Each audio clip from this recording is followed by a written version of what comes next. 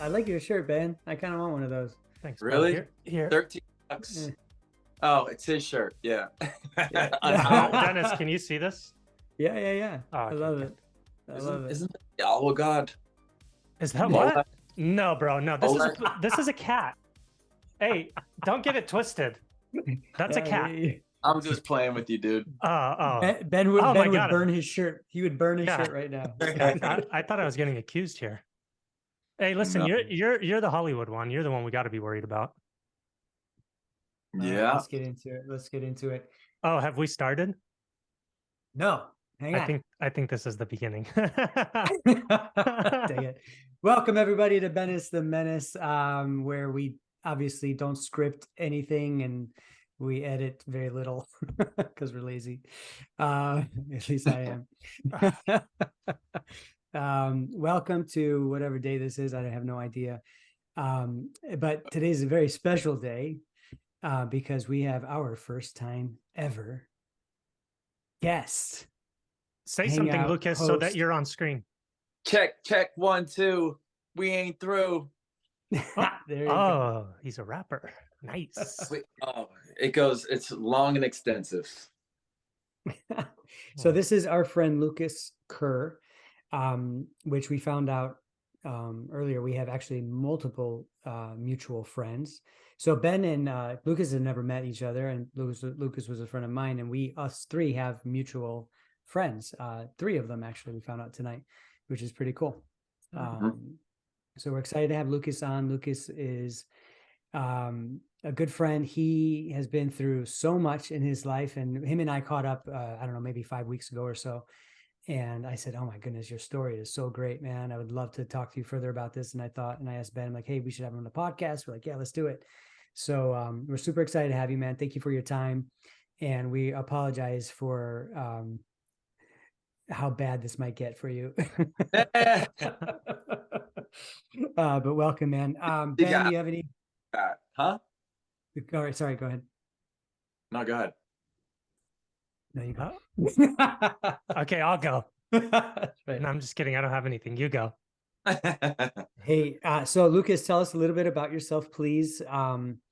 Where you came from, where you reside right now, what you've been doing in your life. I know you are a model and actor. I saw you in Chicago PD, I think last.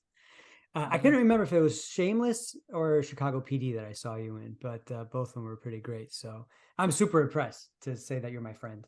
So I'll drop the names. Yeah. Well, okay. Yeah. So, I mean, I grew up in Strongsville, Ohio, and my dad, funny enough, kind of just looks like the Incredible Hulk. He's super built. He was famous everywhere we went.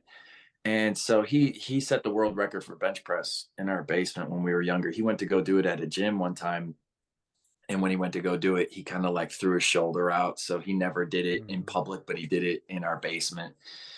And then both my brothers are very talented. Well, I have 3 brothers, but both my brothers super talented. Both of them played at Ohio State. Both my younger brothers. One played linebacker, one played offensive line. One was an All-American, and just kind of he hit a lot of turbulence, but he ended up going to the NFL, playing in the preseason, being awesome, and his back just got messed up, and so his leg got numb, and he couldn't kind of keep his career going. So that was super sad for myself and the family. My mom was Miss Ohio America, so she was like a beauty queen. Wow. And then I got an older brother. What's up? I was saying you got some genes in you, bro. Yeah, I know. That's what I'm saying. I mean, you're asking where I came from. That's where I came from. And yeah, I mean, dude, my mother, I haven't been home in a while, but her personality is like ridiculous. She's hilarious. She is funny, and she's just super unique. And it's really good to actually get home to just be around that energy, because it's where you came from. You know what I'm saying? And so it helps you become more of you after you've been gone for a long time. Then I have an older brother who was in the church. counselor, does inner healings, is awesome, teaches Pilates. Um, and my relationship with him has really just like, uh, it's really just mended over the last while, because he did so much work on himself and I did so much work on myself that we're like 95% good. So kind of that old programming is gone. So that's pretty cool. And then I have a younger sister. She's the youngest out of 4 boys, and she just got married, and she's like our heart. She's super beautiful. She leads worship in churches, and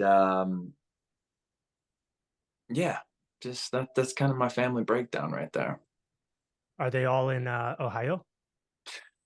One of my younger brothers is in Ohio. He's in Columbus. The other one is in Virginia. He's going through a divorce right now, which is really hard.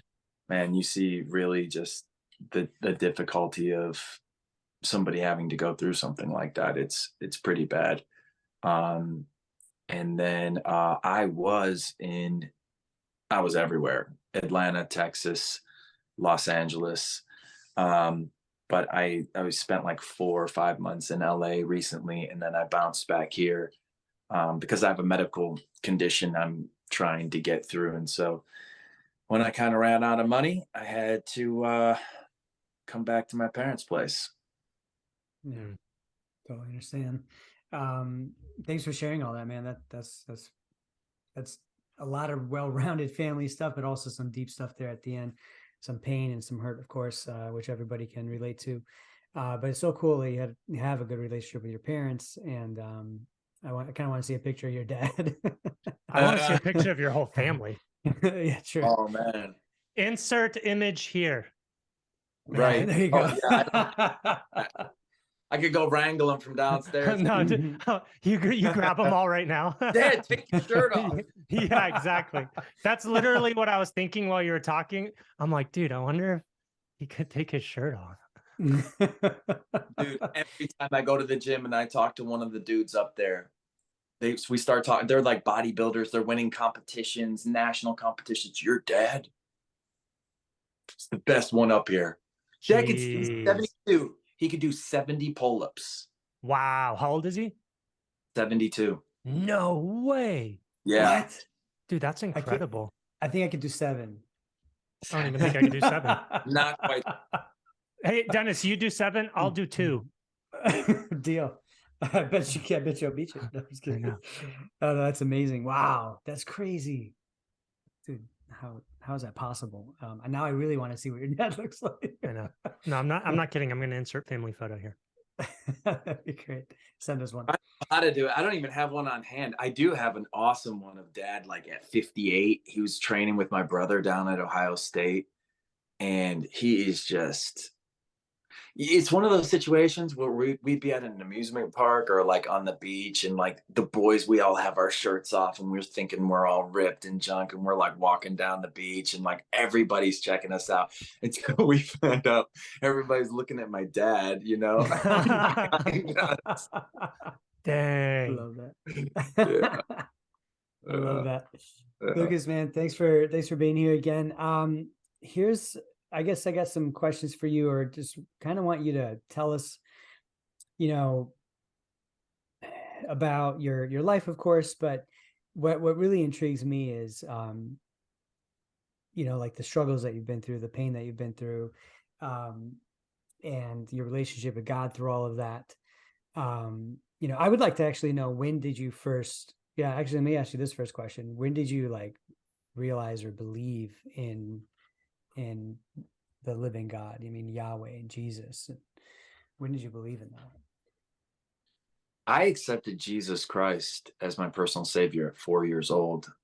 Downstairs in the family room, Dad came up to me and he said, "Do you want to accept Jesus as your personal savior?" And I said, "Yeah." And so we knelt down in the family room, and I said, I mimicked him in the prayer. And then I'd be at this Baptist church, and I think I accepted Jesus probably about 25 times because because you don't fully understand the gospel when you're young. And you're like, did I know that Jesus even died on the cross? then, you know, that next time is like, "Oh, Jesus raised from the dead, but did I tell God that I believe that Jesus raised from the dead?" You know, so I'm like all saying it over and over again. But yeah, Yeah. I was saved at a young age. I was marked by Jesus at a young age and marked by Satan as well. Mm. So, but what age do you think you came to the realization? 4, I You really realize, you thought you realized that at 4 years old? think so. You believe that? Wow. I don't think I you don't think. understand theology, but it says faith of a child, right? And it's like because they Oh can yeah. have you believe in God up there and his love and stuff like that. But that's what I would say. Yeah, no, I'm glad you're saying it. I wouldn't I'm not saying it can't happen. I just don't remember a lot at 4 years old. I'm just trying to like think back to like when I was four and like what I would have conceptualized, but I don't deny that at all. I was wondering if like because you said maybe 25 times later in your life like you thought about it, but was there a moment where you doubted so much or you were doubting but then you like really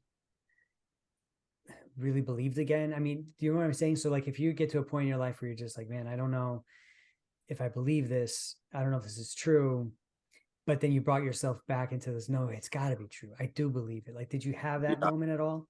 Yeah, it was when I was like 21. I mean, when I moved to New York and I started getting into the modeling game, you just ask yourself, is this just something that you grew up with? So that's the only reason you believe that it's Mm. real. And I ended up starting to just like explore after that. And so I studied a little bit of atheism and the origin of life and, you know, how who knows, my brain could be a little like I could be fuzzy on this, but basically how it takes us to create a living organism.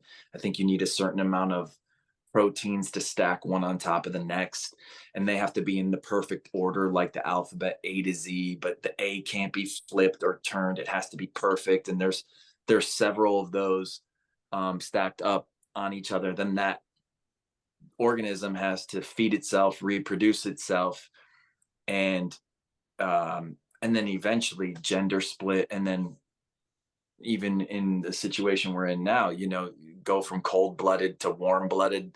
And when I kind of started just going through the hoops, I was like, this is just impossible. Like, when did scales get turned in for feathers? When did the cold blood turn warm? When did the code hit where it's like, okay, I can just reproduce myself to, oh, well, ding, you know, now you need a man and a woman to come together in order for you to recreate. Mm. You know what I mean?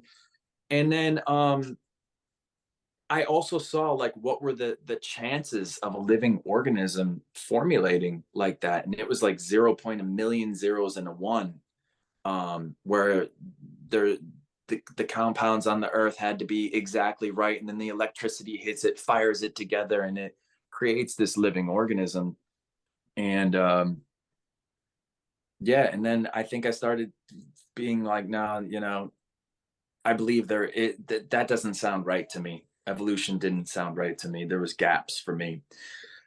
And then I was like, well, I think I started asking myself like real questions. Is there a God? Does he love me or does he hate me? Is he for me or is he against me? Am I his enemy? And after I kind of processed enough, I was like, man, if there's an all powerful entity out there and he is not for me, he could easily glue me to the wall and just keep me there, you know? And so after I kind of was real with myself, just by even looking at life around me, I came to the conclusion that I felt that there was some form of a loving God that had a purpose for me. And then it was like, well, which God is it? And you started looking at these different gods and what their attributes are and what they require. You know what I mean? And I settled back into Christianity because um, it was the only one that didn't have a point system. It was based on grace. And kind of when I started going through my studies of like, well, what does a loving father to son look like?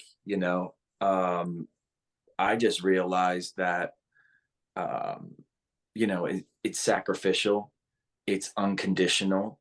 It's because, you can't go out and just hang with your boys once you have a little kid. You know what I'm Mhm. saying? Yeah. Also, it's unconditional. Like no matter if that kid is maimed or if the kid disobeys you, you never stop loving the kid and you still keep helping. It's provision, it's all these different things. And so I was just like, if we are humans and we know how to love like that, and I don't earn my father's love if he's a good father, then what about like God in heaven, you know? And so I just didn't feel that you had to earn God's love. And Christianity offered, said, we know that you're bad. We know that we're all sinners. There's no one good in the eyes of the Lord, not even one.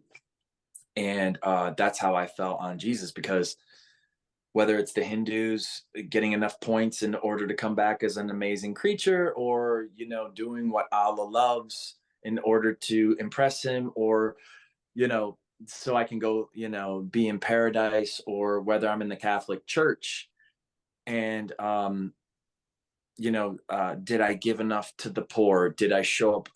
Was my attendance good enough? Going to the church, did I go to the Father and, say, my, explain my sins, confess my sins, and all of that is just not real and right for me. Yeah, so good. So much good stuff there, man. I love they took such a hard look at like other options that were out there, I guess, right? Quote unquote options. Um, and also came back to this realization. I don't think you ever left, but you're just kind of probing and seeing what's going on, what else is out there, right? And then realizing more and more that what your original faith was is what you really believe. And that was at 21 years old, and I'm assuming you're a little older than that now. And that's carried you through to this point. And between then and there and now you've gone through so much, right? Um, Personally, relationally, physically, emotionally, all that. Can you talk a little bit more about that? Like you said, you went to New York and you started your modeling career first. Is that before acting? Oh yeah. Yeah. It's interesting. God just kind of blocked me from college sports. Maybe I wasn't even good enough to play. I don't know. My brother said I was one of the best receivers he had seen, and he played at Ohio State and was an All-American. Mhm. Um, but the thing is, two coaches' sons were in front of me in both sports, basketball and football. Um, and so just different things just didn't line up for sports for me. And I ended up still going to Bowling Green because I was a strong guy. I barely played, but I scored like 5 or 7 touchdowns my senior year. I think I had 17 plays of offense, but I scored a bunch, scored Mhm. enough. So Bowling Green said, "Yeah, we'll take you as a walk on, like a prop 48." Because I didn't have the grades. My grade point average was not high enough, and so the idea was go to Bowling Green, um, get your grades up, and then they'll give you a scholarship if they like you enough. So I was like training with the team, and I was one of the strongest guys there. I was pretty fast at that point, but I just remember I faked some concussions in high school because I didn't want to play football my junior year. So my sophomore year I Mhm. did, and senior year I ended up playing, and that whole situation backfired on me to fake it because now all of a sudden the coaches probably weren't into certain things. But when I got to college, they said, "Well, you've had too many concussions. You got to sit out for a couple of years." So I didn't know what to do with my life. Mhm. And somebody on the team was like, "Yo, did you pray about it?" And I was like, "No." And as a young guy, maybe you don't even think about that, but I remember every day I knelt down next to the bed, on the bed, and I would ask God, what to do. I had some form of a peace just come over me, like, you're supposed to leave. At this point, I was singing boy band music, 98 degrees, in the shower of the boys' dorm room. Other dudes would be singing with me, and I just loved music. I had another buddy who went up to New York, and he was getting into modeling, and he was like in the fitness modeling, and I wanted to be a model. And so I when I came home, his brother said, "Yo, Mike's homesick. You want to go see him in New York?" I'm like, "Yeah."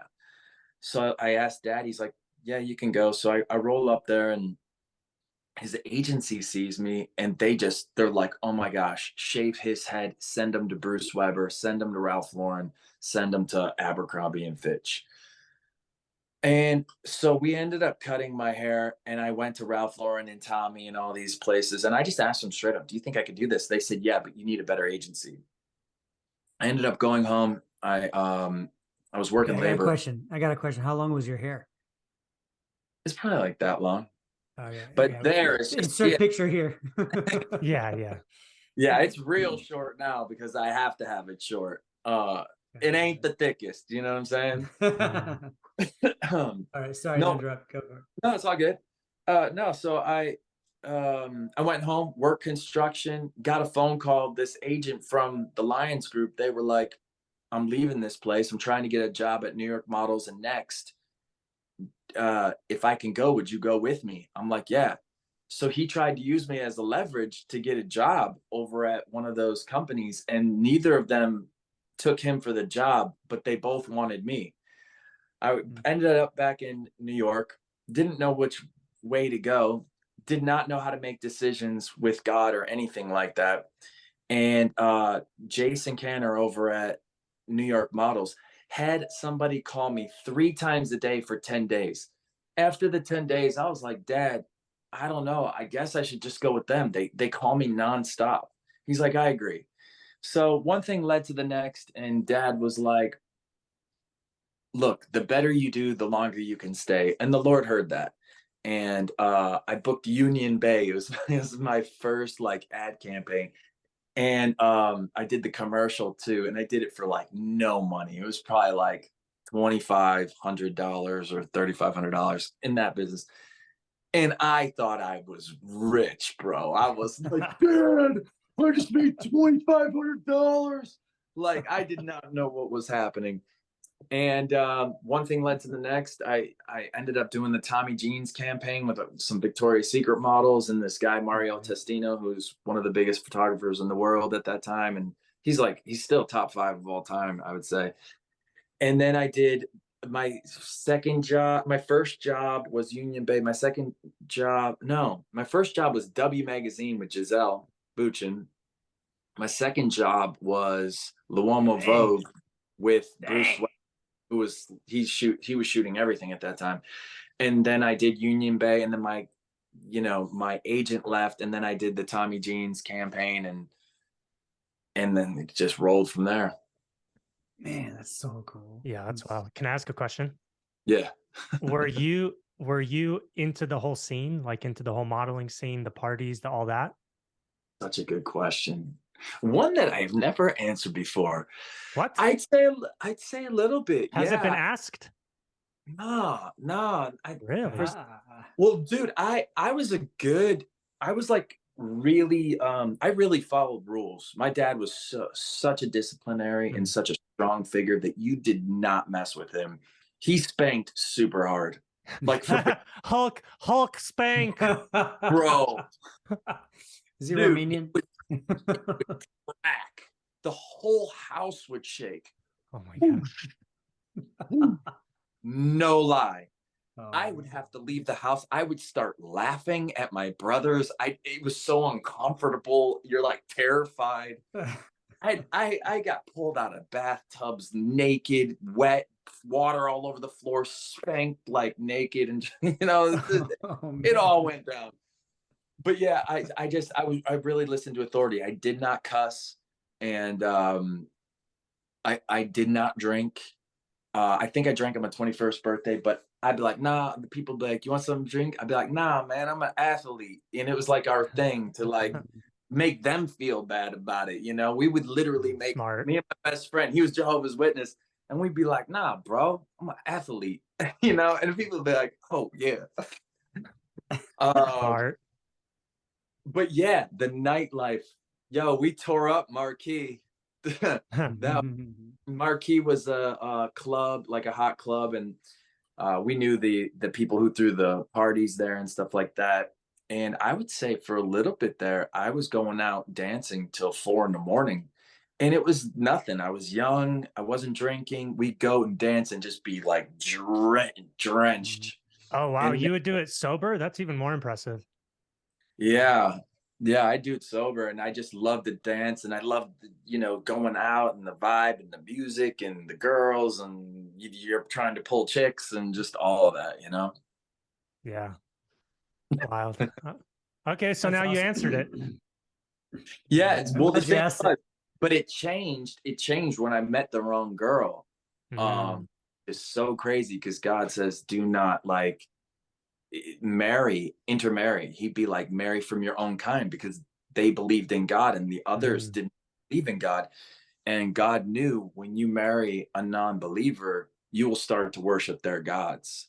And that's what happened to me, you know? So I started worshiping men of power. I started dating this girl, materialism, fame, just I was worshiping fame long before that, though, honestly. Self-absorbed. Yeah. Wow. I want to hear more about this girl and this Yeah. situation. Yeah. How did that line up, or how did you get into that? Yeah. So just to rewind a little bit, because we're, you know, I'm rolling down memory lane with you guys right now, There you but go. There you go. I got into a boy band with Benny Medina, who was Jennifer Lopez's manager, and he had just taken over this boy band that had the number one hit in the UK. They had the number one video, and they came to America, and they got rid of 2 guys, and they did some casting, and they landed on me and another guy from Indiana. But because of my image, I couldn't really sing and I really couldn't dance, but they loved the way that I looked at that time. And I remember when Benny walked in and he said, Lucas is officially not the worst dancer in this band anymore. And it took me 8 months, and I would just dance nonstop at Broadway Dance Center. It was crazy. I mean, we had so much money behind us. They would literally send a coach home over Christmas to work with me nonstop every day. We would do 2 4-hour sessions, you know. And when I was doing it with them, I'd probably dance for like 6 to 8 hours a day.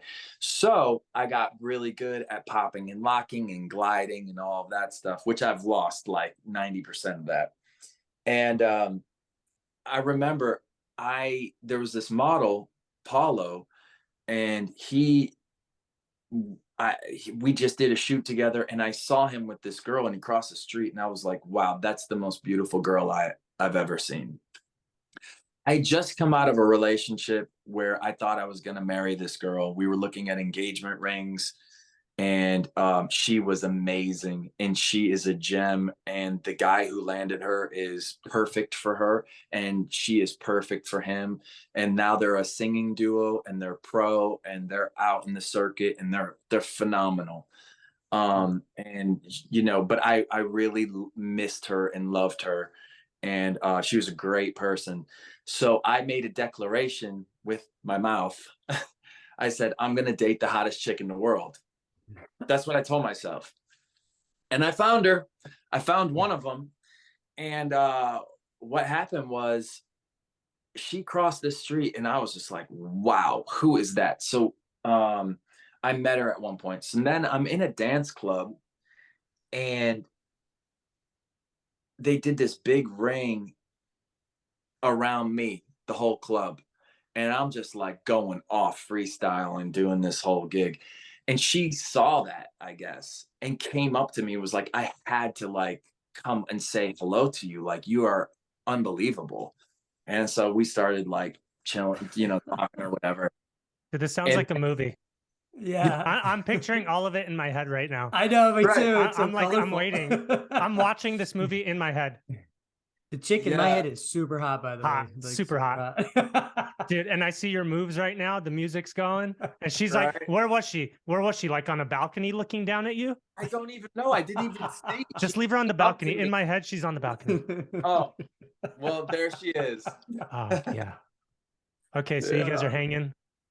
Yeah, so we're hanging there, and no, we didn't even hang. She just came up to me and was just like, "You're like the sickest dancer," and just like she brought her boyfriend with her, and Oh, poor guy.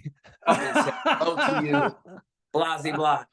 And so nothing, Oh man. and went our own ways. And this is when I did, uh, dude. I'm like branching off into all these stories, but I did Go for GQ it. magazine with a whole bunch of dudes, but I did it with Adriana Lima.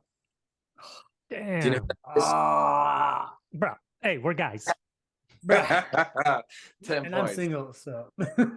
Yeah. Oh, I don't know who she Yes. is. I'm married. Yeah, exactly.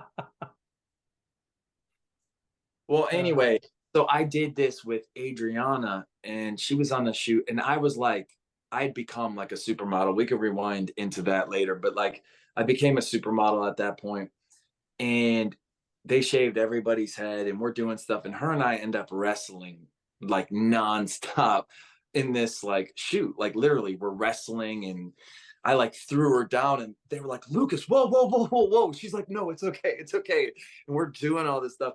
Anyway, I call her up afterward because we had the sheet, and I was like, "I'm hitting this chick up. I'm gonna see what's up." Um, this woman answers hello, and I'm like, I could tell it wasn't her. I was like, "Is Adriana there?" And no, this is her agent. I'm like, "Oh, well, this is Lucas. I'm just on the shoot. We're in the middle of nowhere. I just wanted to see if she wanted to hang out." She's like, "Well, I'll give her your phone number, and if she wants to call you back, she'll call you." And so, like 10 minutes later, she calls back, "Lucas, I really like you. I want to spend time with you." All Oh this and my that. God. And so we're like talking, and then she's like, "Come back to New York with me, and let's go. There's a Victoria's Secret party. We could go together." I'm like, "Okay." And she ended up hitting me up. She's like, "Hey, I got to go to Brazil. Something happened." So she rolled out, and I met Juliana back in New York over the weekend, and I thought that she was just as hot as Adriana Lima. And again, I idolized beauty at this time of my life. And let me tell you, God broke that one. God broke that idea after this situation. But yeah, I saw her. She didn't have a boyfriend, or she was seeing somebody. And I ended up meeting her at this place called the Coffee Shop. And then we hung out. I think we went on a date. She came back to my house, and she got saved by the end of the weekend. That's not the direction I was expecting the story to go, but that no. sounds awesome too. Right. We're hanging out at this coffee shop. We're on a date. Everything's popping off. We go back to my place. She gets saved. Yeah. That's great. Even better. So I'm literally like, who cares about Adriana Lima? I don't care. That's just like a status symbol. I got this other girl. She knows Jesus. I'm just gonna roll with this. And it was a horrifying Oh, experience wow. because broken people break other people, and that's what happened to me. You think that you're strong enough to carry somebody who's broken or doesn't believe. And that's why in the Bible it says, make sure you're evenly yoked. The yoke is that piece of wood that goes over the head. You guys know that, right? Right. It goes over the head, and it's between like the two oxen. But if one is stronger, it comes forward, but it breaks its own neck. And that's what happened to me. I was pulling it along, and it just snapped my own neck. I lost everything. I lost my career. I just molded myself around her. And this is really good that we can discuss this for anybody who's listening, because this is actually really great stuff. But like, people say, well, oh, you were just really heartbroken. No, that wasn't the problem after I had dated her in and out for a couple of years. like an example of what broke me was she had a son at like 3.5, 4 years old. Can you watch my son while I go out and party? And I'll be like, okay. And so she wore like these high, pretty woman boots and a high skirt. And I'd be like, okay, you're going out like that without me. And then she'd roll out till 4 in the morning, come back plastered. And then she would have a stack of like VIP cards, like seriously 10 to 15 of them. The biggest CEOs, the biggest ballers in New York were like, onto her. And then she lived across the hall from me because I got her an apartment there. And she was receiving boxes of clothes from like Ed Hardy. And then when I woke up that morning on MySpace, there was like 5 dudes wrapped around my chick. And I just felt disrespected. So eventually I said something, I'm just like, hey, like disrespectful. Da, da, da. Well, she broke it off with me. Well, I didn't want to lose her because I just didn't want to lose her for whatever reason. I idolized beauty, or I just was like, oh, I think it was the beauty thing. I was really hooked on her beauty. It's like her beauty was like wearing a Rolex or something. You know what I mean? It was complimentary to me being, I thought I was at that time. And where am I going with this? You were Anyway, into her. She took off for a while. And then a couple of weeks later, we got back together. But I learned, oh my gosh, like if you want to keep her, you cannot tell her how you feel. Well, once you do that, you take that knob in your spirit and you turn it like a quarter of a crank off. Because what happens is I lost my opinion in life. So then she was like, I think I literally dressed like I was in NSYNC at that time. And it was a very big part of my modeling career because my agent would tell you, when they want a model, they'll cast you, but when they want a superstar, they'll cast Lucas, And that's why I was like dominating space at that time. I had a personality, but also like the way that I would, wear my clothes, the way that I talked, just all of that. It really worked for the business at that time. I was a white guy who talked hip hop and slang and could just do all of that and had like, I was anointed by God to do that job at that time. And anyway, so I lost my opinion and I'm wearing this like rock star outfit. And she's like, I think you should wear button ups. And why do you shave the sides of your head? And you shouldn't go tanning. That's so bad for you. And I'm not attracted to your body. And I'm not lying to you. My agent would probably tell you I was the #1 body guy in the world. That's probably taking it a little too far, but it's possible, but like whether it was Ralph Lauren underwear packaging, American Eagle underwear packaging, almost I'd be like, is this shoot? Do I have my shirt off? He'd be like, Lucas, just from now on, just realize that like every one of your shoots is gonna be with your shirt off, or like you're doing something. And sometimes it was very seldom that I didn't take my shirt off doing stuff.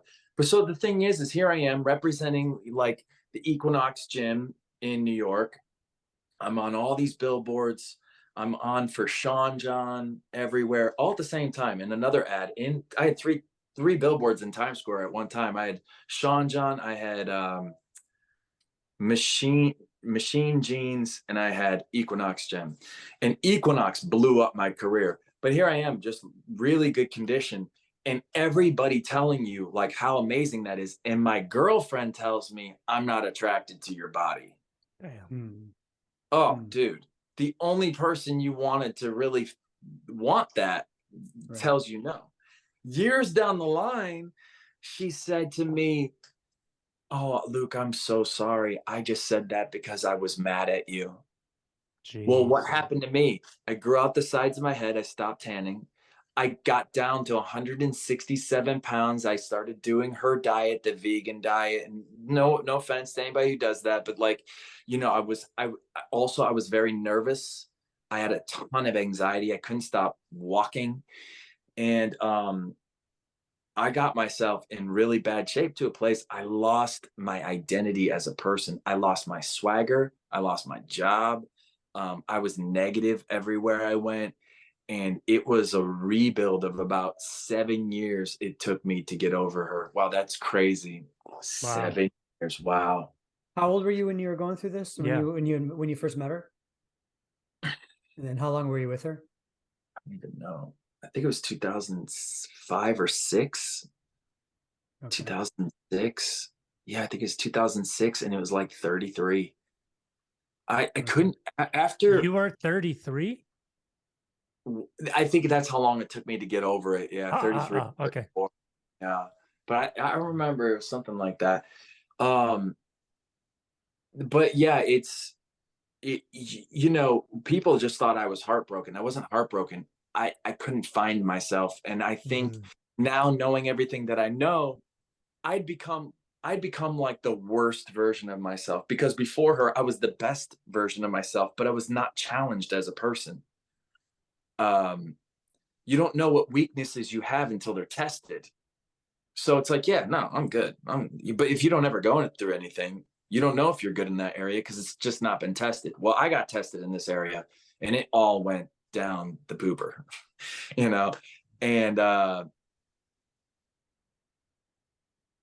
Well, it just took a very long time to recover all of that, and I did, and it was the biggest victory of my life when I refound my identity, because I would tell people, I can't find the old Luke. The old Luke is gone.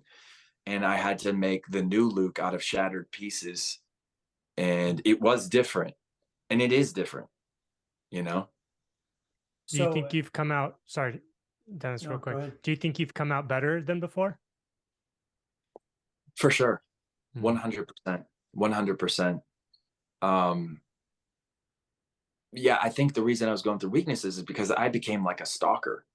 I would literally Mm. go down to her house and look to see if she came home, because I didn't like that she stayed out. Is she dating somebody? Did her curtain move? And going out 20 times a day. You know what I mean? And what happens is, um, our brains are physical, they have grooves in them, and neurons travel through those grooves. And when you go around in circles in your mind about, is she cheating on me? Where is she? Does she love me? Does she not love me? Well, if you're thinking like that, then all of a sudden those grooves get put in there. And every time you think that groove gets stronger, because it's creating like casing around it called myelin. And that's why, like, when you shoot a shot, you want to take a lot of shots, because it's muscle memory, but it's really in the brain. The brain all of a sudden knows how to find that shooting pocket, because it's done it so much that that neuron knows how to fire and get that shot to go do what you needed to do as a basketball player. Well, it's the same with negative thoughts, and it's the same with positive thoughts. So the thing is when I'd be at my Uncle Wally's house, we would literally be on the tractor in the field, and you would go around, and because they'd gone around the circle so many times, there was a groove, like a deep groove, like a foot and a half. And you didn't even have to touch the steering wheel. It would just go do it by itself. It'll take that turn by itself. And that's how I became. And you become stuck. And that renewal of your mind, you really have to recondition yourself. And I had to do that. And that it didn't happen without God's grace of taking me through. Can we talk about that? Can we talk about that moment? What got you out of it, and you getting through because of God's grace? I'd like to Mhm. explore that. Well, every good and perfect gift comes from above. I am 1000% at this stage of my life. I know that everything. So my freedom came from God. Um, because you pray a lot over it and you talk a lot through it, but you can't get through it unless God touches it. You know what I'm saying? It's like getting a job. Yeah. You could be, you know, the hardest worker in the room. You could be the best person for the job, but if God doesn't pick you, it just doesn't matter. And at the same time, that's how I became a supermodel, because God picked me. You know what I mean? He touched my life at that point in time. And honestly, I literally had the golden touch as a model, and I'd pray through all of it. And God would just, he would give me these projects, and he's, even when I became famous doing that, um, he was the one who gave that to me as well. So what was the question, bro? Yeah. So like in that moment when you, or not in the moment, but when you're coming out of that headspace, and you said what brought you through was God's grace, right? Like Yeah. what were things that practically happened in your life that you saw that got you out of that space? Like how long did it take? What, was it discipline? Was it you making a decision? What was going through your mind during that time? Well, there was no just like click, turn, change. Um, it didn't work like that for me. Not when you're that screwed up. It's not just like a recollection. I'm sure my hormones were screwed up too by that point. I think when I was dating her, I ended up with an erectile dysfunction. Mm. Also, stress in the body, when you stress at a high level, it's toxic. It has toxicity attached to it. So, Inflammation, all of that. yeah. Yep. And I know that now because I've had a medical situation that I've had to get through. So I understand the body a lot more, and I Mm. understand, you know, the importance of not fearing and not having anxiety, etc. So there wasn't exactly one moment that I got through it, but it was kind of over time. As far as God's grace, it was many things. It was being pulled into a Bible study. I remember when I was dating Juliana and she was in Florida, and God moved her to Florida and me to LA. Couldn't be too farther away. Well, I that go down helps. to go do some modeling, and I'm staying with her, and we're going to church, and we Shane and Christina Neerman, they spoke about Models for Christ at this church. And she was like, I want to go meet them. I'm like, okay, let's go. So I go and meet them, and they find out I'm going to LA. And I'm like, yeah, I'll be there in like 3 weeks. Oh, no. Shane said he would be back in LA in 3 weeks. I was like, I'm going to be there a little earlier. So I ended up going, and right off the plane, this guy ends up calling me. And I'm like, did you set an alarm for yourself? He's like, no, just as soon as I got off the plane, I was like, I need to call that Luke guy. We ended up becoming best friends. He ended up becoming like an older brother. And his wife, Christina, she ended up being this powerhouse. Both of them are powerhouses, but like she has a very special relationship to me in the way that she like could speak into my life, and she would speak life over my life. But those people interceded for me nonstop, would tell me the truth, uproot lies, and put down truth. And it really, there was a bunch of us. The one, I'm like, there's like a best friends group, but like Justice KO is my best friend. He is my best friend. Is he? And I really like that guy. Is he still in Southern California? he's in Nashville. Oh, he did move to Nashville. Yeah, Okay. he moved to Atlanta.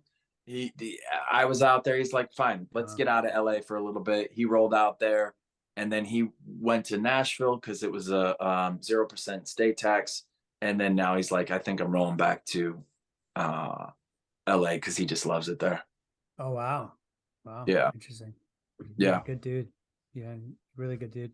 I'm. Um, He had a bout with depression for 10 years, and so we were in this group together, and both of us found freedom at the same time.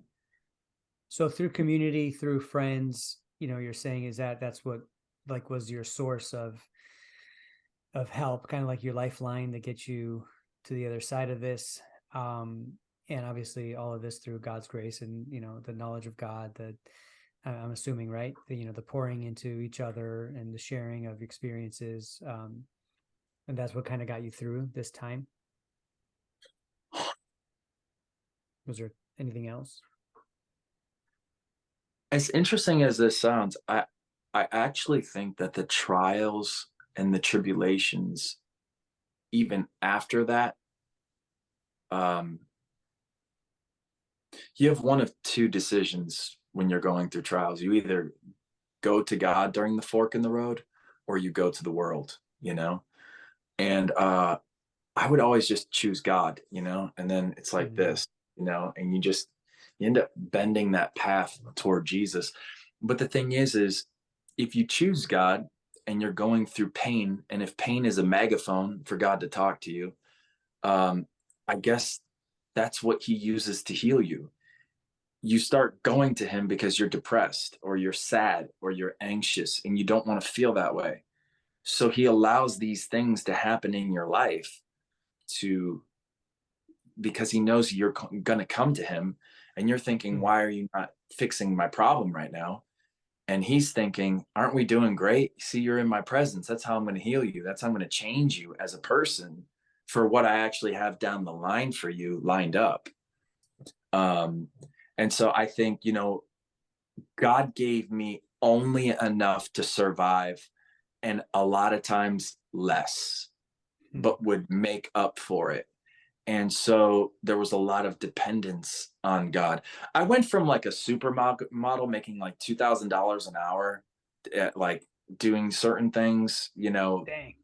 yeah, to yeah, I went from a supermodel doing that to literally not being able to get a job in LA doing anything, or Wow. barely making 3 grand in a month to survive out there. And I think that those trials kept me close to him and were him rebuilding me and healing my heart, so that I can keep going forward. Man, that's a beautiful thing you said about like the God using pain and allowing these things in your life to make you desperate and on him and dependent on him, really.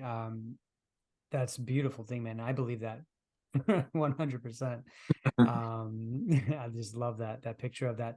So then from there, you felt like you were being rebuilt. You were kind of focusing on Jesus again. You're in the right place. You're going in that direction. Is that when you got into acting, or were you already into acting? I'm kind of curious when you got to that part of your life. So I was dating Juliana. I was 28 years old. It was 2008. And it was weird. It's almost like I pulled the car over, but I wasn't in a car. I had my backpack on and I was in Long Island City, and I'm walking down the street and I kind of like pull over into this park.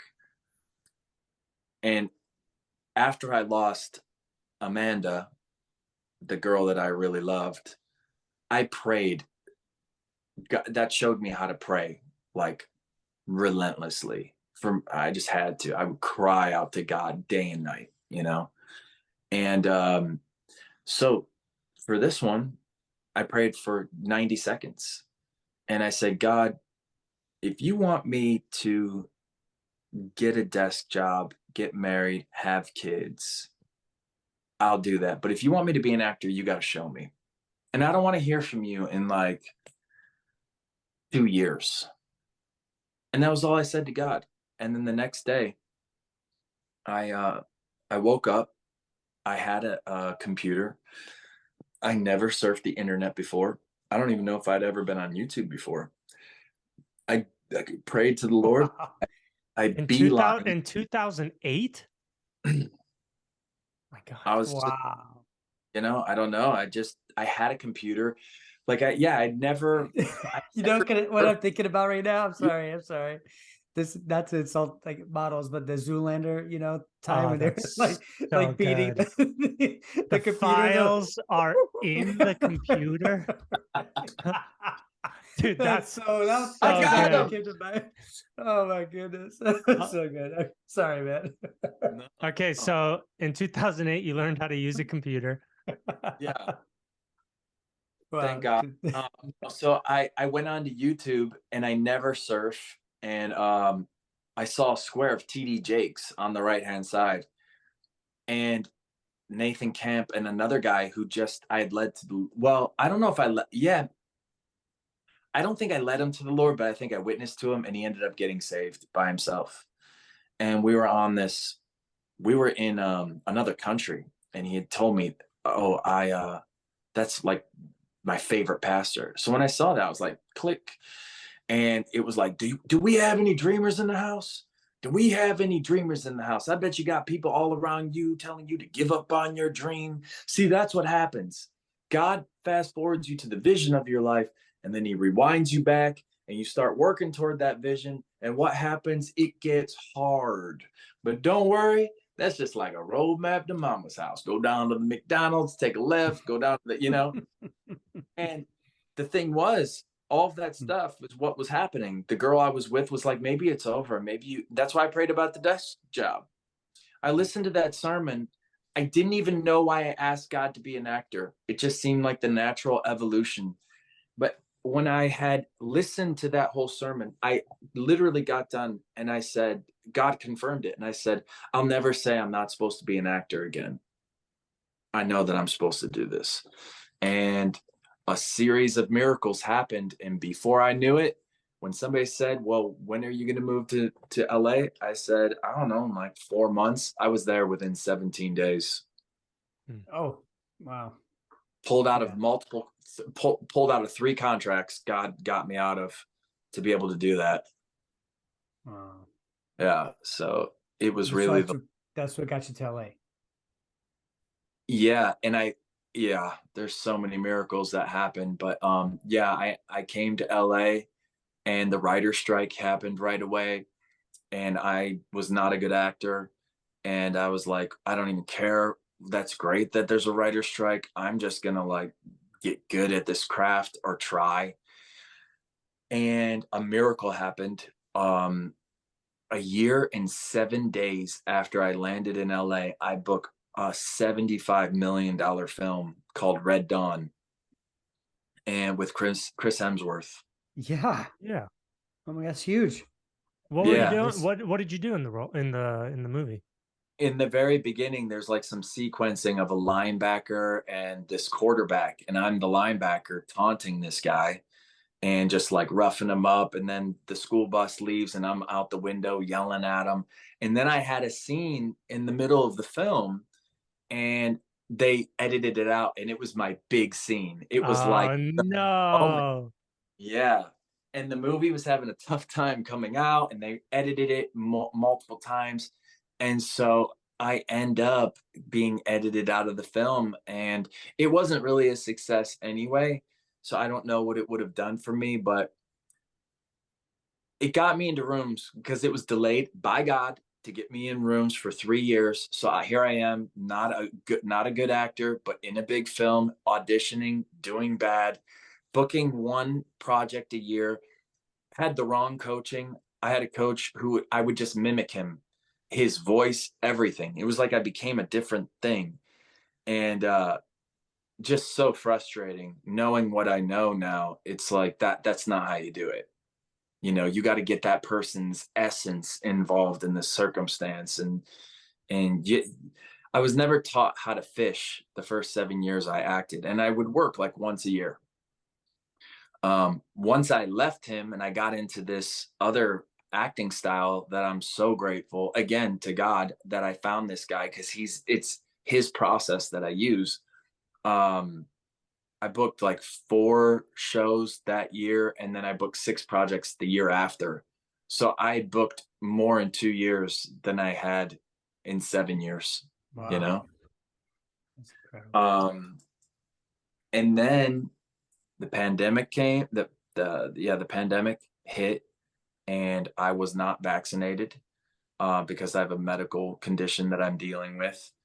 And I just to this point have not done that. So it destroyed my career. I haven't worked in like 3 years. Wow. Because of that, Yeah. despite having medical issues? Yeah. And I had a medical, Wow. I actually booked a project on Amazon this past year. I forget what it's even called now.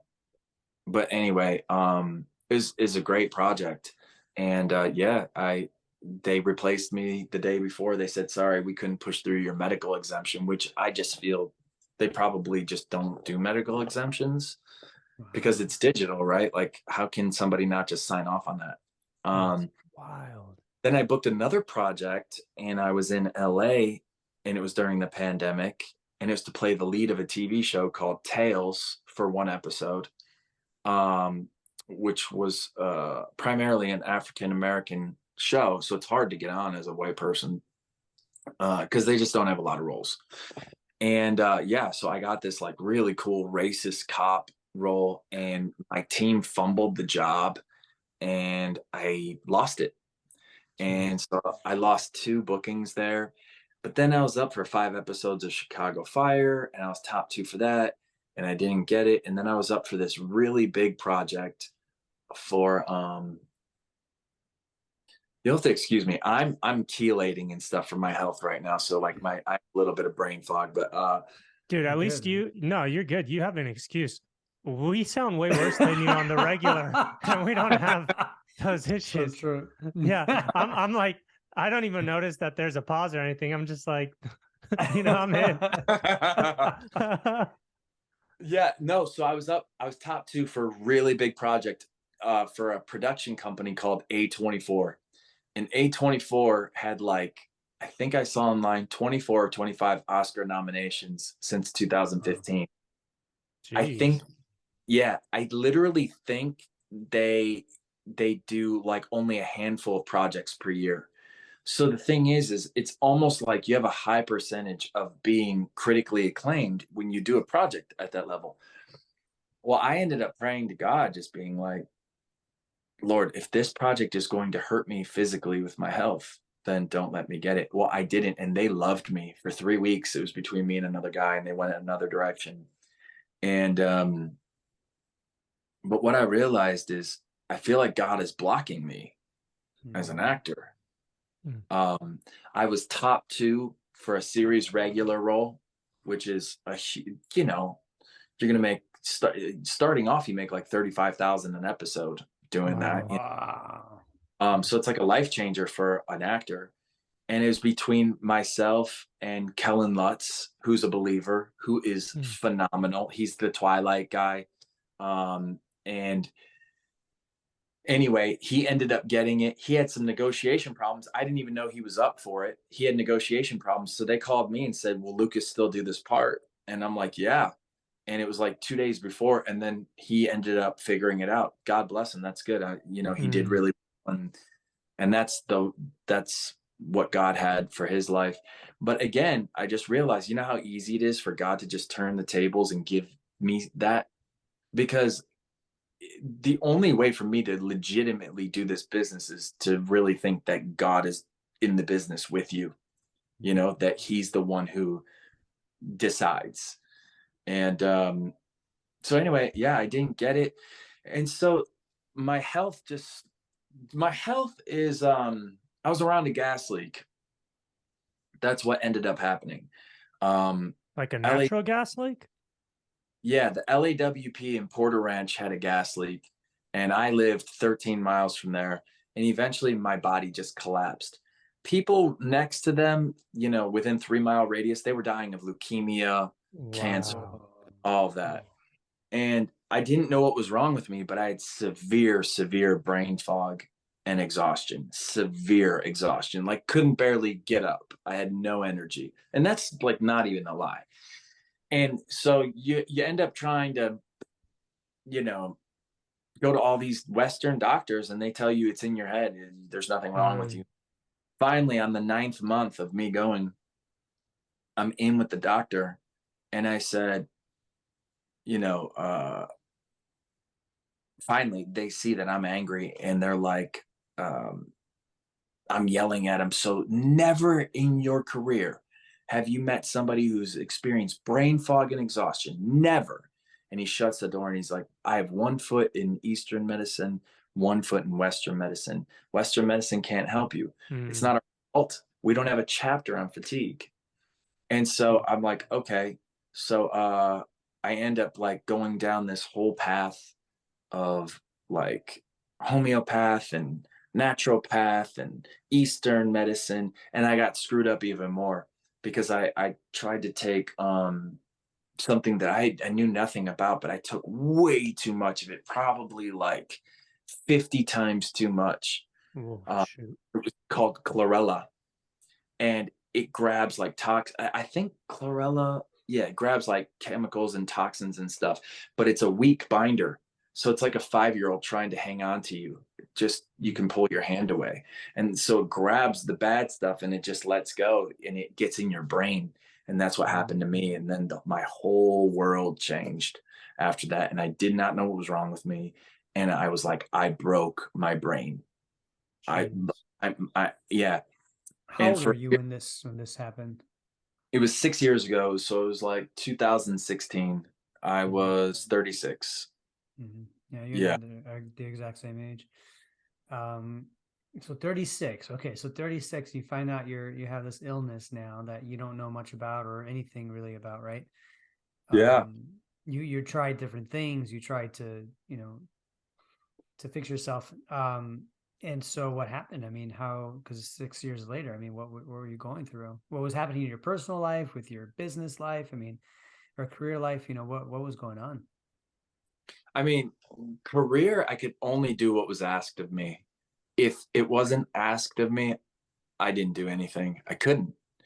Um, I'd done a lot of projects, so I was getting residual checks from Yeah. NCIS Los Angeles, Days of Our Lives, Red Dawn, like Shameless, all that kind of stuff.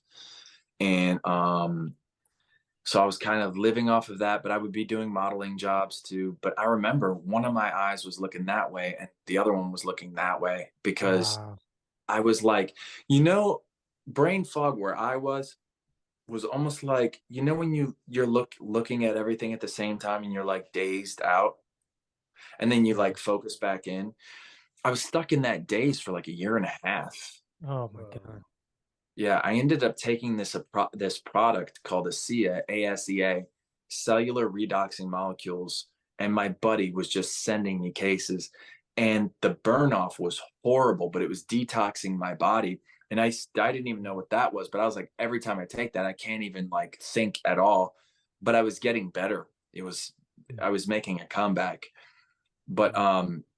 yeah, I would do modeling shoots, and a lot of times they were from here down. So like I'm just doing all these like, um, I was working for these resellers basically, and I would be doing a lot of that in LA, and that's how and then I was pursuing acting, and then I had that problem, and then eventually I was like, God, if it's toxic here in LA, I pray that you take me out of here if this place is killing me.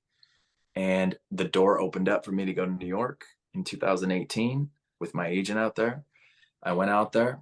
I really didn't model a whole lot. I ended up catering, working my butt off out there. Um, I didn't book any acting jobs out there. And then 2019, I booked FBI. Um, and I was gaining speed in certain things, but just never kind of pulled through. The pandemic hit, and then I went back to LA with Justice, Mhm. and we kind of hunkered down together. And then within 4 months, I was like, I'm moving to Atlanta. I just feel like I just need to go over there and see what's going on over there. I think they're opening over there, and oh, but when I was in New York, I remember I was on the couch and my dad was talking to me, and he basically said, I want you to go to the Cleveland Clinic. And I was yelling at him. I'm like, what are they going to do? Like, what are they going to tell me that everybody else? I'd seen so many doctors at this point. So I went and we went to the functional medicine unit, and they gave me a test of like 300 questions. Do you have blurry vision? Do you stammer your speech? Do you slur your speech? Do you have word recall problems? Do you have brain fog? They were asking all the right questions. How many times do you wake up to go to the bathroom at night? It was like 3 to 5 for me. Well, I didn't know Whoa. the symptom of metals, heavy metals in your body. End up doing a test of a toxicology report of chemicals, find out that 12 out of the 20 were in the red zone, the danger zone. Wow. When they saw that at the Cleveland Clinic, they also did a mold test on me. Uh, they they said you need to go to the environmental health center in Texas right now, like right now. And they were like, we can't believe you don't have cancer, Alzheimer's, or dementia with these numbers. Wow. I end up getting there within 3 weeks. Miracles happen for that. And I do a metals test and we find out that my lead is at 18 and my mercury was at 38. Your mercury can only be at 0.08 and lead can only be at 1. So I had Jeez. way too much of all of that in there. And this is from that gas leak? Probably that, but I was also in New York when the Twin Towers came down. So Oh, we wow. we lived that the Twin Towers were on fire for a year and a half. The molten lava in the basement and stuff like that, and it smelled for What? That's dust. unreal. We would sweep ash off of the basketball court that thick when I was out there How because I long lived in after? the city. How long after would the ash still be like around? Okay. It was dusty for a while, but you could just smell the burnt in the air. So I don't know. No Whatever all way. those buildings maybe just kind of went everywhere, you know? Dude, that's crazy. So we don't even know what like the health ramifications are going to be for folks Yeah. in those areas. Oh my God. Well, there are Not people. just the first responders, but I'm saying the populace at large. Oh, Oh dude. my God. The whole city probably should have had some form of like help. You Yeah. know, nobody knew what to do. But yeah, it was a disaster. So when the gas leak hit, one of my buddies got cancer twice. Another one of my girlfriends, she's in stage 4 Oh right my now. God. And And where was this gas leak? Porter Ranch, Where is that? it's north of Studio City, which is where I lived, Oh, 13 okay. miles. Yeah. And so there was a natural gas leak. And was there like was there a radius of people that were all getting like sick? Or how do you Yeah. trace it I back? I found out that people from my church were complaining, having nosebleeds, fainting, like all. Wow. And so finally, somebody said, "There's a town hall meeting happening in Porter Ranch. You need to watch." And I did, and there's people going up talking about their loved ones dying in hospitals, and and they were saying it's from the gas leak. Dude, and And doctors weren't putting this together. They were telling you it's in your head, but like there's a bunch of people all over the place with weird ass symptoms dropping. That's crazy. yeah, well, the thing is I don't know. I had heard that doctors had received letters saying, "Hey, don't worry about such and such." You know what I mean? Mm, Or if they're feeling like this, diagnose it as this. You know what I mean? So I don't know if it was a cover up, but they ended up getting sued because I was not within a 3 mile radius. I didn't get any money. no way. Yeah. Oh So my people within 3 miles, God. like 50 grand. Oh my Some God. What a joke. Yeah. Yeah. Well, 50 grand would really help with medical bills because Yeah, my, but I'm saying for what you're actually like dealing with, 50 grand's oh, like, it's a joke. It's like, it's nothing for these guys. My oh, God. well, they got sued for 1.8 billion dollars. Mm. So, they did get hit pretty hard, but anyway, yeah. So then when I was in New York, uh, I was just exhausted. And then I finally made it over there. And now what's happened is when I was in New York, I started getting sensitive to my environment. I was like, bleaches and stuff were bothering me, detergents were bothering me, perfumes, fragrances, all that kind of stuff. And that still isn't gone yet. And then when I left Environmental Health Center, I went to Atlanta and I moved in this 3-year-old house. So it's basically new. And I knew nothing about mold. And we had huge windows, like 4 of them in my room and then 2 downstairs. Well, I was like, man, I don't feel well in here. So I open the window and I see mold, like black mold. So my buddy says, "Oh, you just take your organic spray and just wipe that off." Well, you that's not how you do mold remediation. You have to Mhm. kill the mold first and then you Yeah. can remove it safely. Well, I scrubbed all of that off. Never been Wow. sicker in my Mm. life. Made me so sensitive for the last year. You talk about like the enemy coming after me hardcore. I lost 3 places. I was in 1 apartment, a house. I lived in 21 places in the last year. Oh my God. What the heck? I lost my entire wardrobe to mold because once you wipe mold like that, it spores out hundreds of Yeah. thousands of spores, and it flies in the air trying to survive. So it got all over all of my belongings. I had to throw everything away. Um, and then Jeez. oh, dude, the attacks have been nuts on me. It's been crazy, but So you find yourself now, you know, you're in Cleveland, where I mean you're still dealing with the health issues right now. You know, yeah, where are you at in your head right now? Like where's your heart? Where's your head? You know, I mean, I'd be pissed, right? I mean, I'd be so upset. I'd be like confused. And I'm sure you go through these spells, but where are you now? yeah. I think emotionally, well, one, it's very hard to put 12 years into building a skill into acting, and then somebody say, "Hey, that was for nothing. You're not doing that anymore." You know, and but during this time,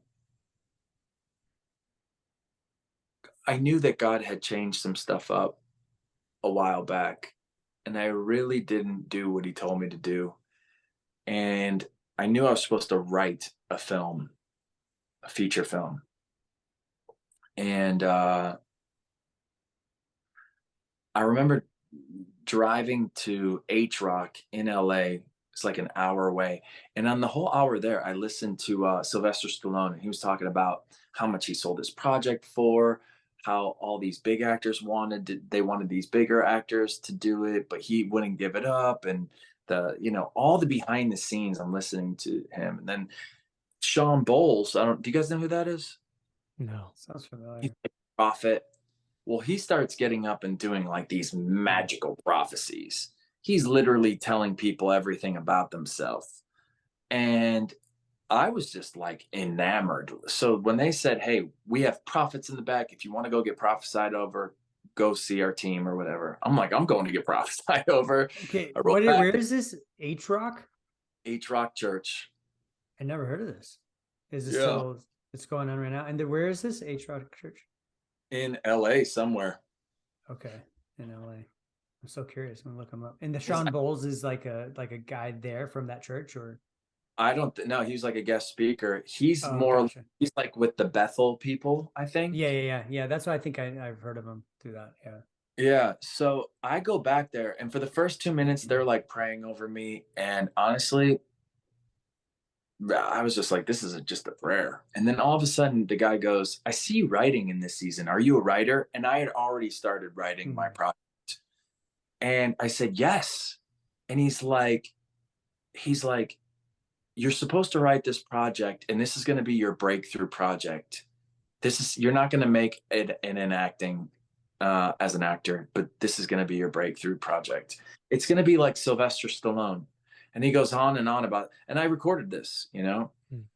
I was like, man, what are the chances of like me listening to Stallone's story, which I never do, and then rolling up there and you know, this happening? Well, I kind of did it, but I was afraid of the project. I kept it rolling. When I went to Texas, they said, "Do you want to go get healed?" And I said, "Yeah." This is years later. "Do you want to go get healed?" They're healing people at this church. I'm like, "Let's go." I go over there, and this big, huge offensive lineman for the Dallas Cowboys is there.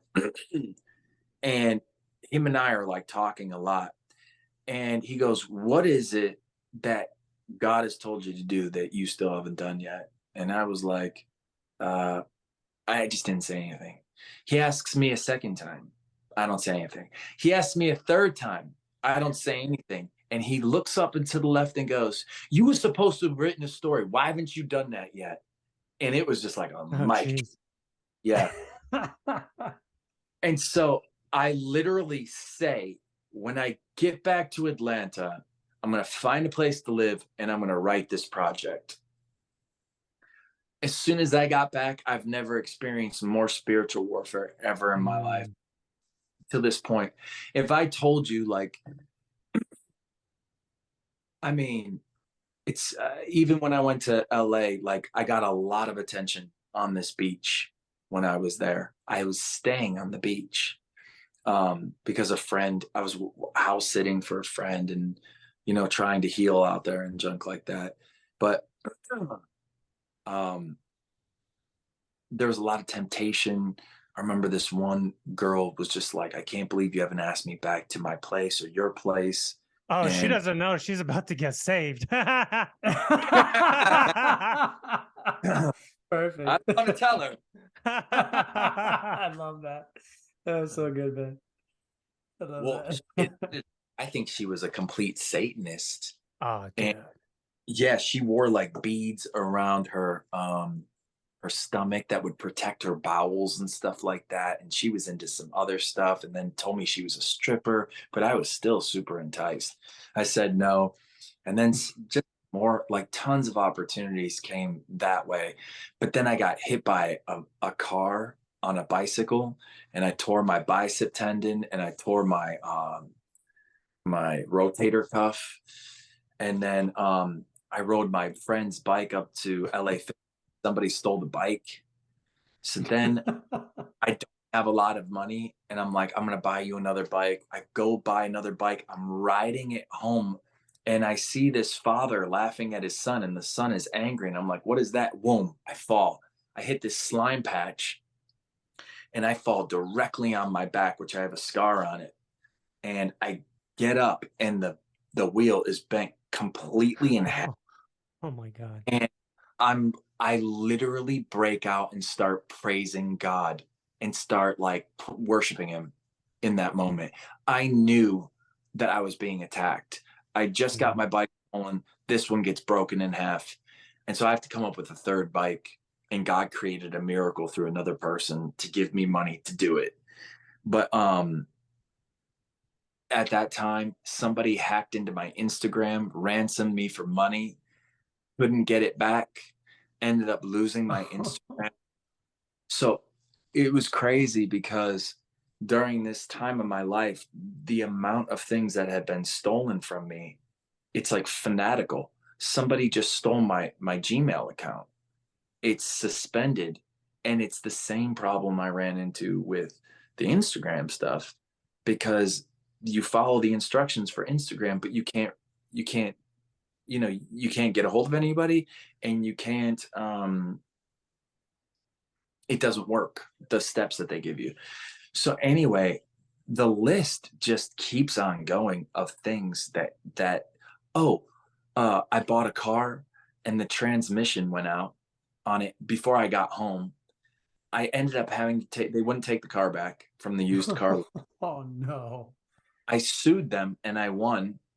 Thinking I won, they paid me $5,700. I take that money and buy a new car, and now the court reopened the system up where I have to go back to court on February 2nd. But all that I'm saying is, and I'm dealing with email now, but all that I'm saying is Satan, it's interesting. You learn Satan is resourceful. He only has a certain amount of resources. So he dedicates them to things that that they're trying to stop. And I truly believe that the indicator that I'm being attacked so much in my health, in my career, in my Instagram, in honestly every part of my life, um, I just feel that they try to literally steal my time. And so finally, God revealed to me, Nehemiah, you got to build with one hand and you got to keep a sword in the other. So finally, I started making decisions like, if I get exhausted, oh well, I fight my battles fight the battles during the day, and then I build at night. So I'm trying to make money during the day. I'm doing all my cleaning, all the store stuff, and then at night I'm trying to build, these films and stuff like that. And so that's what I'm doing. So you're writing right now. You're writing this project right now. Yeah. Can you talk about it? Yeah, I could talk about it in the sense that I don't want to explain all the details, but Sure.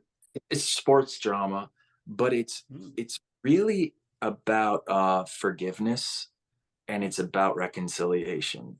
And those are the themes that I'm really excited about, because um I'm making it where the character can't move forward with another relationship in his life until he forgives the last one. And you know, I'm just really hoping that reconciliation between my character and his mother, but then also, forgiving the past in order to move forward, um, is those are the things of God that really make this worth doing, honestly. And the whole theme of the project is, it's an argument, right? People say you're a product of your environment. And uh, my thesis is, are you a product of your environment, or can you break free? And I think we all know you can break free, but it's very difficult, you know? So it's about this fighter who goes through a lot and is struggling, trying to leave the city, ends up not being able to, because he ends up getting caught up in the riffraff and ends up in prison. And then when he comes out, he's trying to like figure it all out. And he only knows really one thing to do, which is fight, because he's trying to get back on his feet. But he also just doesn't want to become like his surroundings. And he's fighting that. And then there's breakthrough at the end. I love this, dude. I mean, this sounds amazing. How far into it are you? Don't want to get the title because the title is so good. But what? Okay. How far into it are you? Like, I mean, Okay, this is what I want to tell you. I didn't tell you this. So I told myself I'm gonna write this Lucas Kerr project. Well, when I moved to Atlanta, it said, please take a right onto Lucas Kerr Project Parkway. It was the name. I was living 0.8 miles from a park that is named the exact same title as my project. What? Yeah. Wait, 0.8 miles? I know. I didn't tell that very good because No. I no, that's significance for me. It's a personal thing. That's why I get said that. off on the title name of my film. I get it. Yeah, that's Oh my crazy. God. 0.8 miles from a park that is named Right. like my film. I totally I understand that. Yeah. And it was at that point where because there's another project that I want to do, and it's about my health. And when it was that clear, when every time I would get off that highway with the GPS, it's saying my script name to me. It was unbelievable. That is so trippy, man. It was unbelievable. And the thing is Wow. I finally said, well, I can't jump forward and just do the health project. I need to do this project, because I feel like God's telling me to. And that doesn't even mean it'll be a success. Maybe it's the one that you do before the one that's successful. Maybe it is going to be successful. Maybe it's going to touch lives.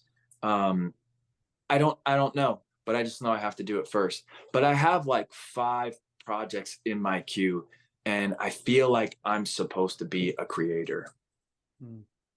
So that's where my But I will tell you, and then I have the twins around me, and the twins are like Oscar nominated, I think, for a short film. And then they also have Wow. Wow. What? they won Which twins? Aaron and Winston. Oh, the Taos. Okay. Yeah. I mean, those guys are mad talented, man, and those are the Good for guys them. who gives me notes. Oh, that's so cool. You know? Yeah. Amazing. Yes, I'm really blessed to be around those guys because they actually, because it's the risk, right? In order to do anything out, like I'm not a writer. I wasn't a writer. And I decided an event happened to me, and I'm like, I'm going to write a short film. It's personal. The boys told me I should just stop the feature and write something personal. So I did, and I wrote 2 in a row. By the time I made it to the 3rd rewrite, I wrote deep breaths, underline, waiting for notes from the boys. And they were like, yeah, about your project. We wanted to talk to you about that. There's this Ford commercial, and we want to take your project. And it's just like, what did you just say? And so I was like, and Winston said it's one of the best scripts that came across his desk. And he's like, I think if you wanted to do this professionally, you could. And doing a feature is way harder. But anyway, it was enough where you're like, hey, maybe I can do this, And so there's a lot of fear sometimes can make you not even touch something. But it also, I told myself, how do you climb a mountain? One step at a time. How do you finish a marathon? One step at a time. And so you just figure, if I don't stop taking steps, eventually I'll get there. So that's like my motto. Dennis started. I just damn it. needed- Get out of here, bro. Get out of here. What are you doing? I had to. There's too much testosterone gorgeous. in this podcast Gorgeous. right now. We need some. Oh my goodness. Babe. Okay, but sorry, Rebecca. She's so hot, I'm almost not even attracted to her. She's like otherworldly. Oh, dude, that's nuts, bro. Beautiful. My goodness, what a story, Lucas. I'm so excited. I'm so excited to see these projects come to life, man, that you're working on, man. I can just see from your story, just like anything that you try to do, you become, successful at it, man. It's been really great. Oh, so dude, cool, man. Far from that, bro. No. Wow. Come on. No. More successful than a lot of other people in some of these lines of work, man. Come on. You know what? Yes.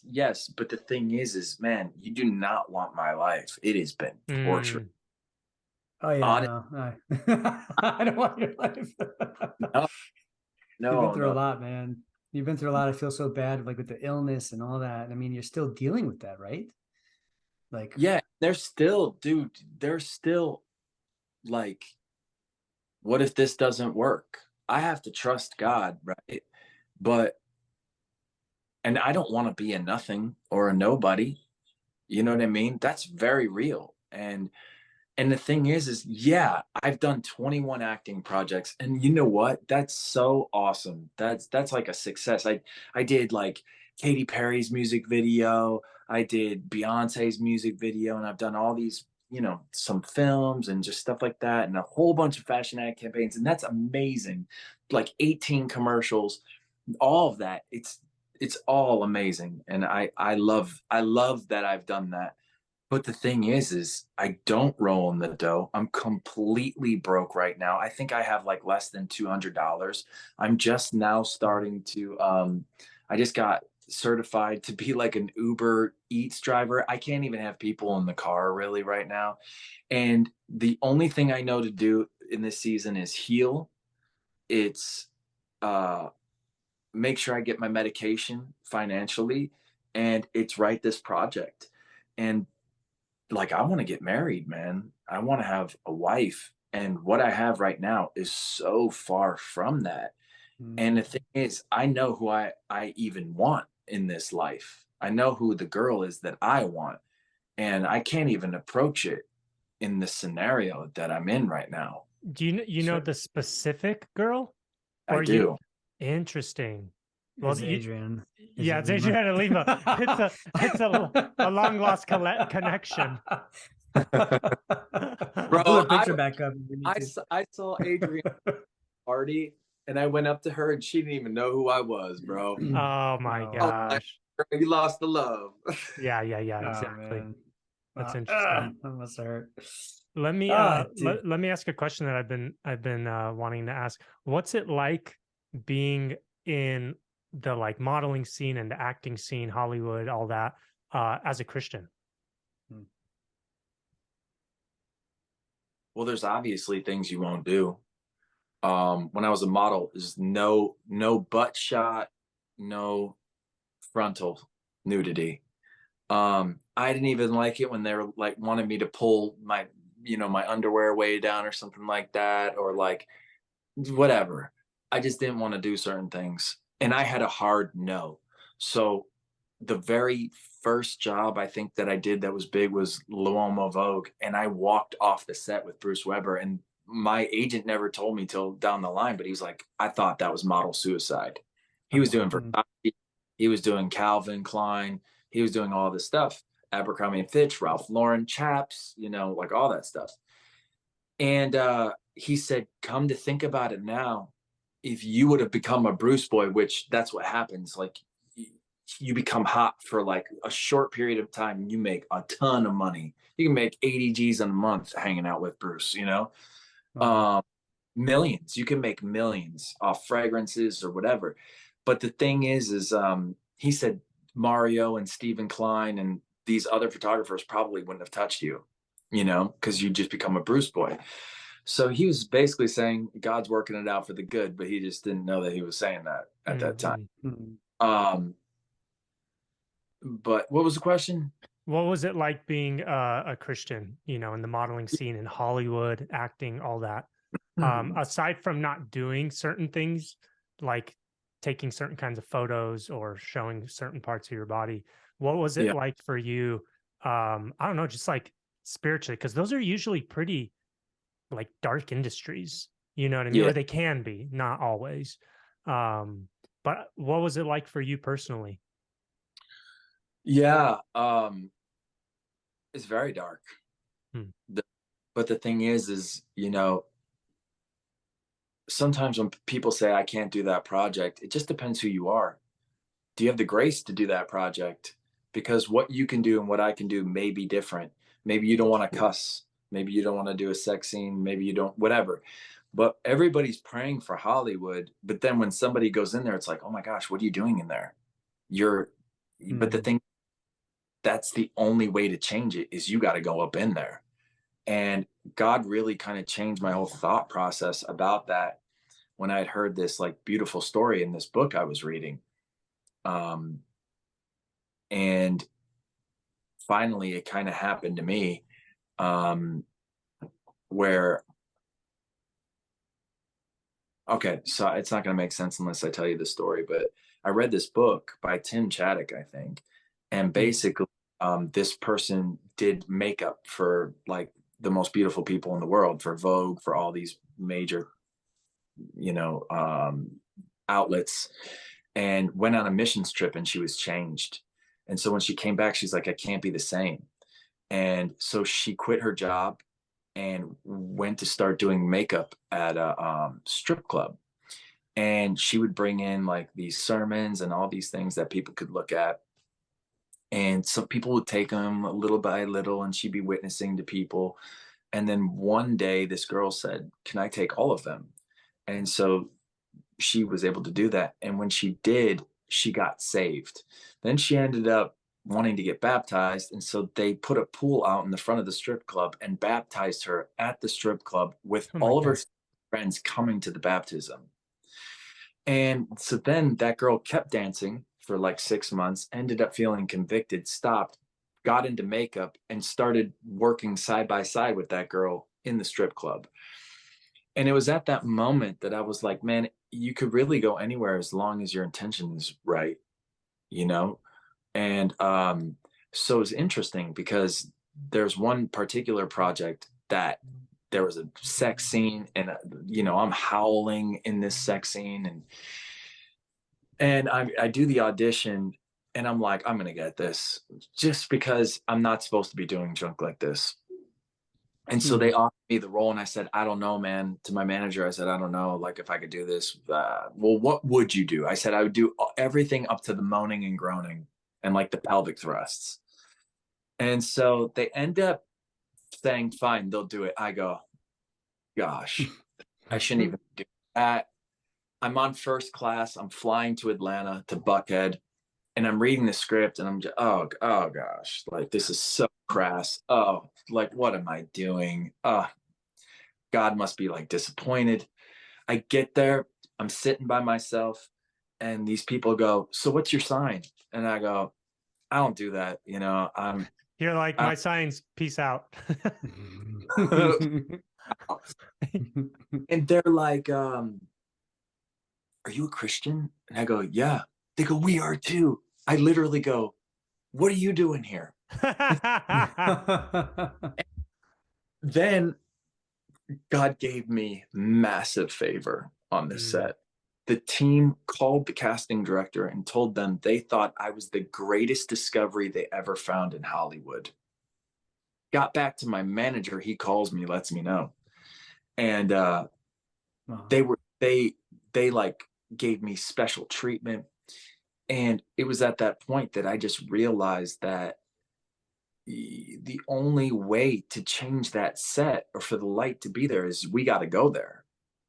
Like I learned that. So then I kind of opened the door thinking that everything was like you could do anything. And I don't feel that. It's all got to be Holy Spirit driven. And I think when I bought that car, I couldn't sign the contract for like 5 or 10 minutes because I was being convicted. The Holy Spirit was leaning on me, and I pushed through it. I literally told the guy, I don't know if I could sign this car when the transmission went out. And when I did that and I came out and it happened, I told myself, if I ever feel that feeling again, I'm not pushing forward, even if I don't understand. And then lo and behold, I get another opportunity, I fail, and another opportunity, and I fail at it. But I think what God is trying to do in this season is he's like, look, I'm going to keep giving you opportunities, but I'm trying to show you when you feel this, even if you don't understand, you don't move forward no matter what.